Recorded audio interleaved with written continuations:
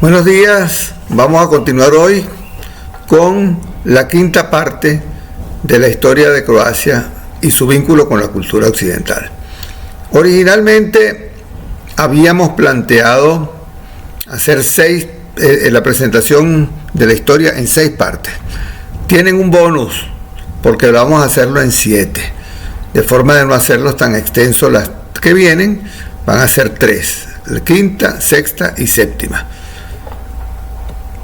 Continuamos.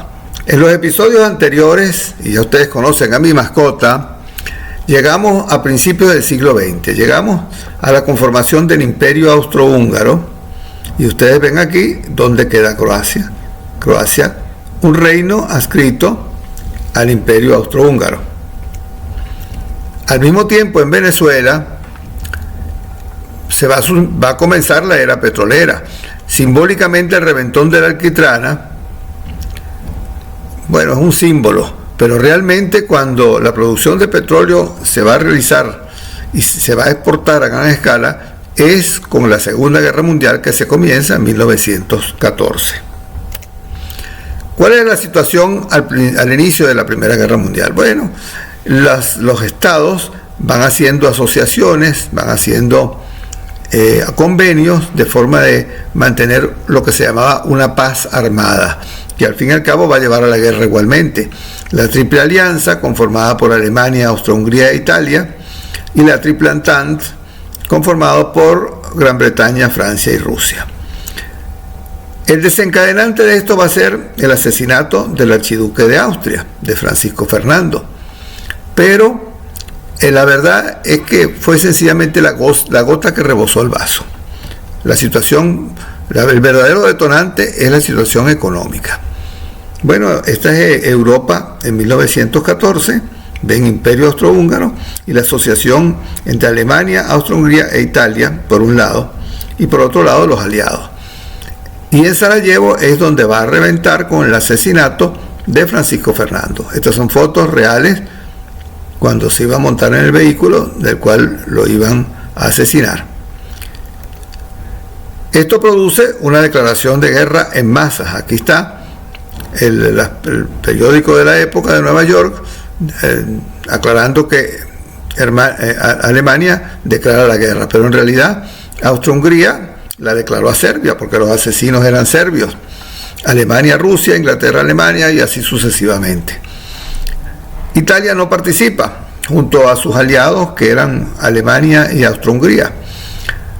No participa argumentando inicialmente que ellos no habían sido atacados, pero la verdad es que en 1915 se habían reunido en secreto con los ingleses. Los ingleses le habían ofrecido que si cambiaban de bando, pues al fin de la guerra, si ganaban por supuesto, iban a obtener Istria y Dalmacia.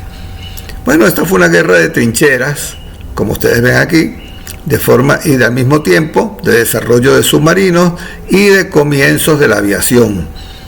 Ahí tenemos el avión del von Richthofen, que es el Barón Rojo, famoso Barón Rojo. Y esta es la situación. Aquí se quedan en trincheras. Este es el progreso alemán aquí, y ahí se quedan prácticamente toda la guerra. Ahí no hay mayor progresión. También es la guerra de la revolución bolchevique. En 1917 se produce la revolución bolchevique, ilustrada en este cuadro de Boris Kustodiev, y con la matanza de toda la familia Romanov que todos ustedes conocen. Estas son las imágenes de cómo quedó la habitación donde los masacraron, con la tristemente célebre historia que el rey de Inglaterra, Jorge, pudo haber salvado la vida a todos los Romanov, pero que sencillamente no lo hizo por recomendaciones políticas, porque no convenía, etcétera, etcétera. Bueno, lo que vamos viendo en el transcurrir de los años, cuando todos esos papeles toman luz pública, ¿no? Que aparecen una serie de secretos incomprensibles para uno. Y es la guerra en que entra Estados Unidos. 1917 entra Estados Unidos, que es quien causa un desbalance en favor de los aliados, y una vez que entra Estados Unidos, la guerra pues ya estaba sentenciada. Hay un episodio muy interesante de este piloto venezolano, Carlos Meyer Baldó. Por cierto, me acabo de enterar hace escasamente 15 días de que éramos familia, Meyer Baldó y nosotros. Me enteré precisamente, no éramos familia por los Meyer, éramos familia por los Baldó, por los Andes. Mi familia venezolana es Velasco García y estaba emparentada con los Baldó. Me lo dijo un primo mío que está en Estados Unidos, médico también él, y que es familia mía por el lado de los Velasco, me explicó el parentesco. Bueno, muy agradable saberlo. Este muchacho nace aquí de madre venezolana y el padre es un comerciante de café. A los 12 años se va para Hamburgo, es voluntario en la Primera Guerra Mundial, se hace piloto y es elegido para formar parte del escuadrón del Barón Rojo. Se codea con los mejores pilotos, especialmente con Goering, y regresa a Venezuela, hace amistad con Florencio Gómez y se convierte en cofundador e instructor de la naciente Fuerza Aérea Venezolana. Estos son los aviones que piloteó, fíjese aquí, el teniente Carl Meyer y el Albatros que piloteó al final de la guerra. Tiene 7 u 8, aquí no sé si lo dice en algún momento, tiene 7 u 8 derribos de aviones, porque allá era la lucha de un avión contra el otro. Cuando muere, precisamente realizando maniobras que no soporta el aparato, Hitler y Goering mandan una comisión a su entierro, presidida por un barón von Richter. Y la Fuerza Aérea tiene una medalla al mérito Teniente Carlos Meyer Baldó, que es una medalla que es muy difícil que la den. La Fuerza Aérea es muy celosa con esta condecoración. Yo tengo el honor de tenerla, de haberme sido otorgada la condecoración como oficial de la Fuerza Aérea, y ahora que sé que estábamos vinculados genéticamente, pues la apreciaré todavía más de lo que yo la apreciaba. Este es un avión idéntico prácticamente, el avión en que fallece Meyer, un biplano Stearman norteamericano haciendo maniobras sobre Maracay. Bueno, decíamos que la Primera Guerra Mundial fue una guerra de trincheras, con el desarrollo de armas químicas, una mortandad terrible, como ahí expresan, 9 millones de soldados, 7 de civiles, 6 por hambruna, y va a dar fin a 4 imperios: al imperio alemán, al austrohúngaro, al otomano y al ruso. Por supuesto que se van a ver nuevas fronteras delimitadas y nuevas normas.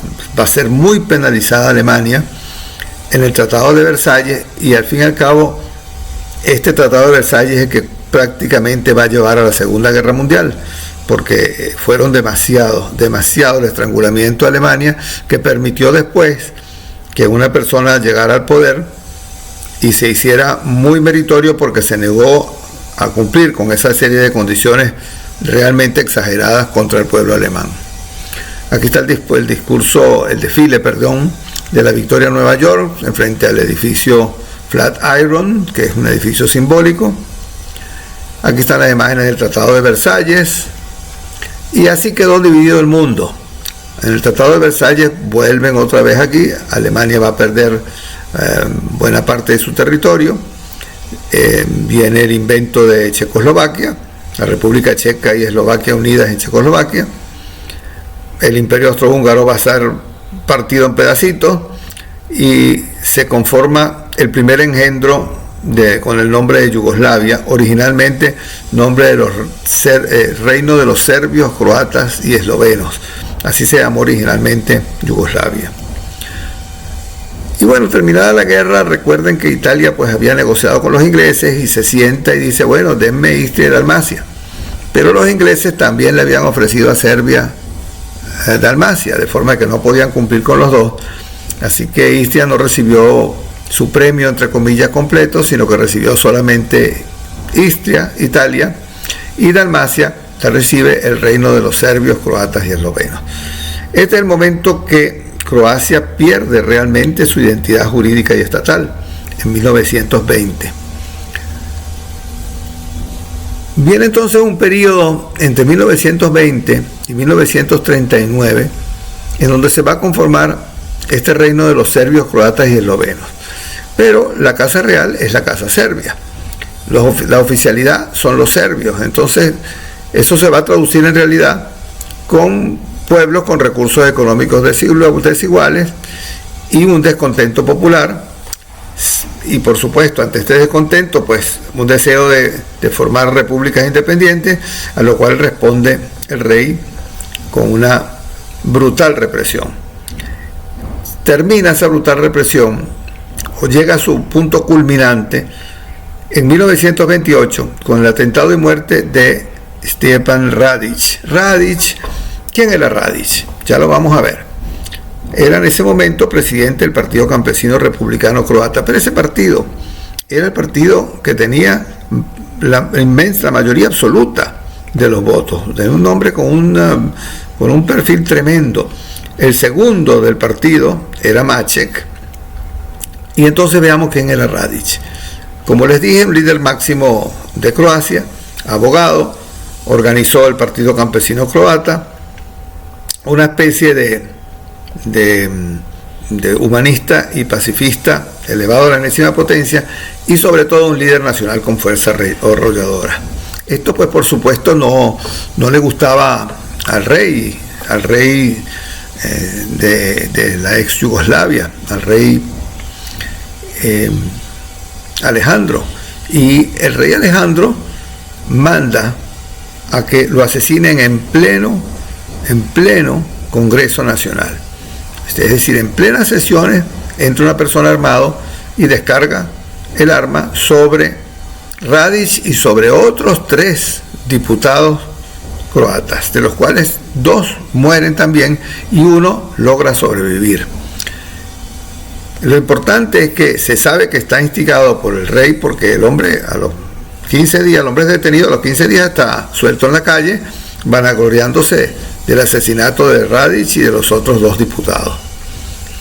Pasa el tiempo, en 1929, y el rey Alejandro todavía se vuelve más represivo y le cambia el nombre, ya no es reino de los serbios, croatas y eslovenos, es reino de Yugoslavia, que significa los eslavos del sur.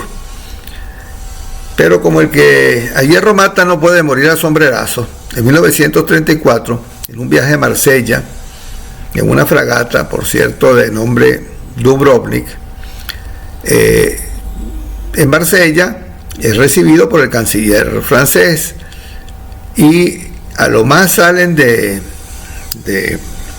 el muelle, son interceptados por un joven que le da muerte al rey Alejandro. Como yo decía, el que a hierro mata no puede morir a sombrerazo. Esta es una de las pocas o de los primeros magnicidios pues que fueron filmados, porque se estaba tomando película en ese momento. Bueno, se sabe después de que realmente el joven macedonio que da muerte al rey Alejandro no le da muerte, hay una gran mortandad, muere 5 o 6 personas, entre las cuales el canciller. Se sabe por la autopsia, a su vez este señor con el sable mata al joven macedonio, que la única persona que mató al joven macedonio fue el rey Alejandro. Los otros muertos se debieron todos al despliegue del operativo de seguridad que mató a los demás.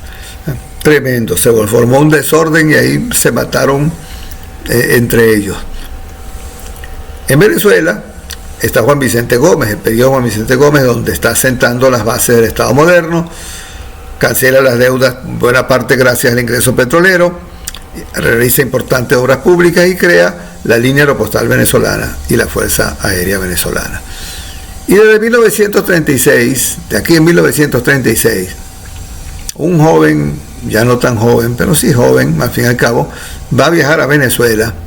Este joven era un jugador de fútbol, nacido en Pula en 1906, ya en 1922, a los 16 años, formaba parte del equipo de Pula, el Édera se llamaba, y jugaba defensa lateral, como ustedes ven acá.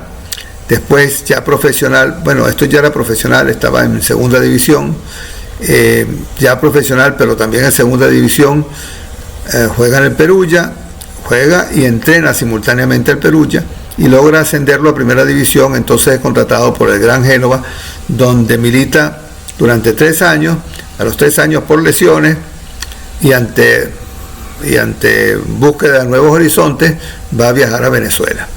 En Venezuela se convierte en entrenador de Dos Caminos Sport Club, que nunca había ganado nada, y entre el 36 y el 45, que son 10 años, durante 6 años va a ser el campeón y durante los otros 4 años el subcampeón.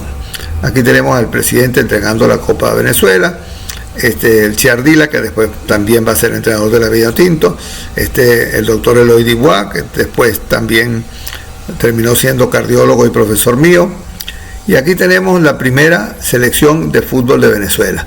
El primer entrenador y seleccionador nacional fue papá. Aquí lo tenemos. Este es el momento en que, ven, aquí la franela cuadritos se va a identificar con Venezuela. Mientras tanto, se está produciendo en España una gran mortandad, la Guerra Civil Española, 1 millón de muertos, sanguinaria, preámbulo a la Segunda Guerra Mundial.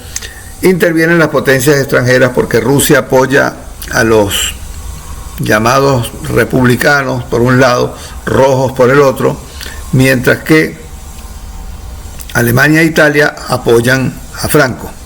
El país, sin embargo, queda devastado, sumido en la miseria, y en el año 39, a veces ustedes ven la noticia aquí de La Vanguardia, termina la guerra con la victoria de Franco.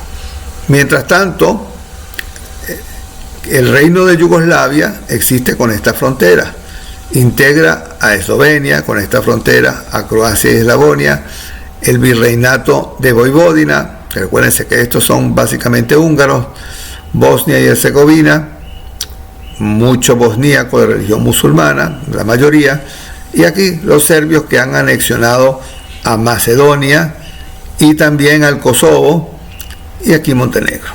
Esa es la primera Yugoslavia monárquica. Pero, como dice un periodista, dice, pero sucede y acontece. Bueno, me río, perdónenme que eche broma. En 1939 comienza la invasión de Polonia y, por supuesto, la Segunda Guerra Mundial. En 1939, ¿qué está pasando en Croacia? El príncipe Pablo, que heredó al rey Alejandro, al que es muerto en Marsella. ¿Qué sucede con este príncipe Pablo? Él quiere unirse al eje, quiere unirse a Alemania e Italia, y se va a ir logrando la autonomía interna de Croacia, que va a durar muy poco, por cierto, como van a ver. ¿Qué sucede? Que cuando los ingleses se dan cuenta de que el príncipe Pablo se va a unir al eje, promueven un golpe de estado de los serbios. Aquí tienen 1939, estas son las fronteras del virreinato, duró 20 meses solamente.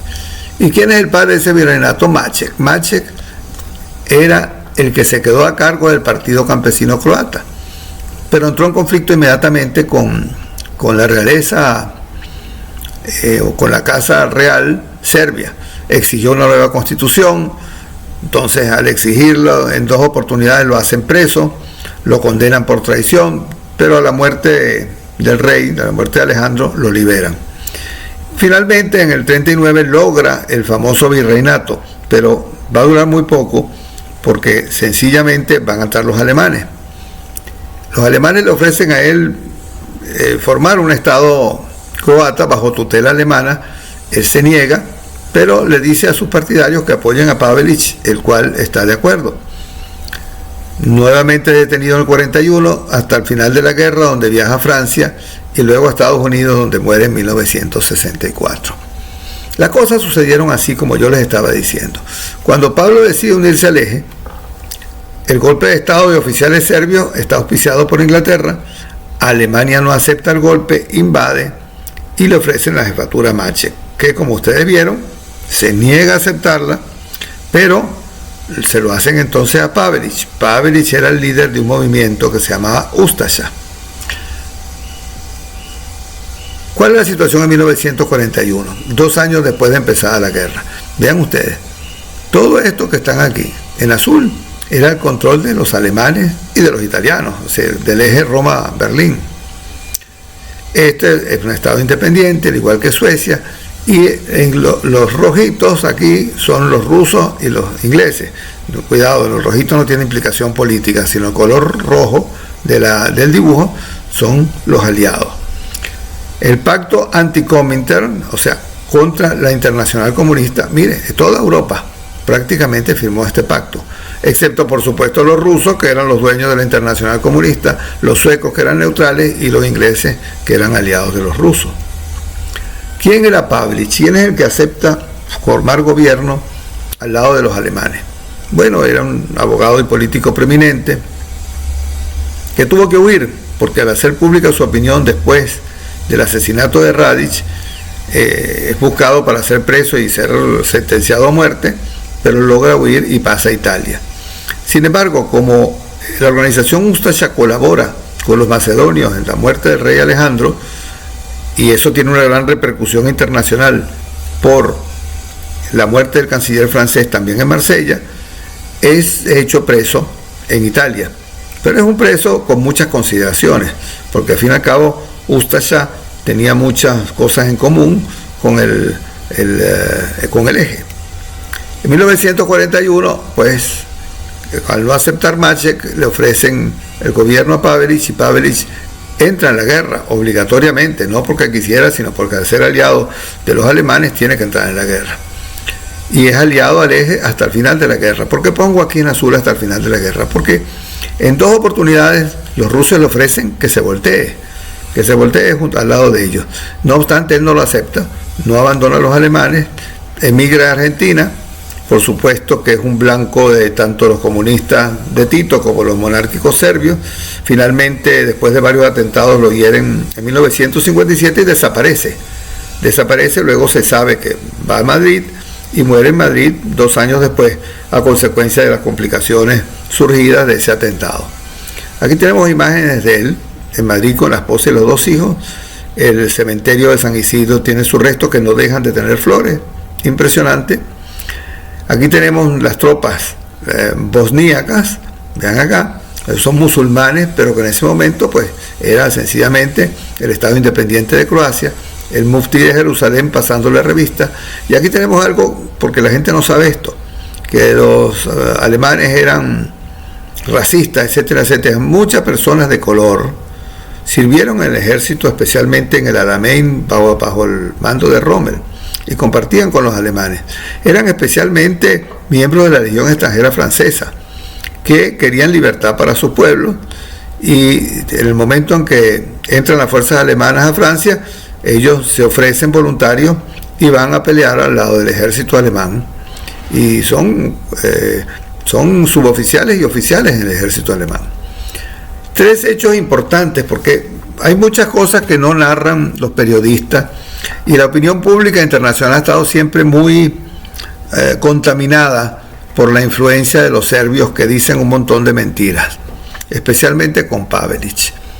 3 hechos importantes de los cuales no es que se habla poco, sino que no se habla.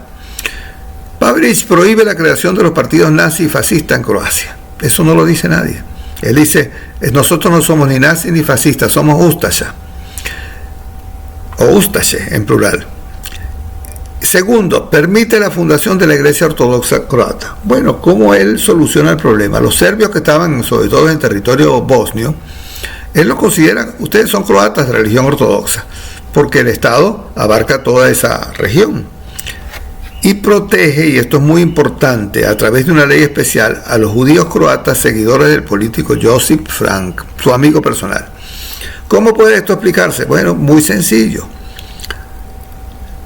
Su suegra, es decir, la madre de su esposa, era judía.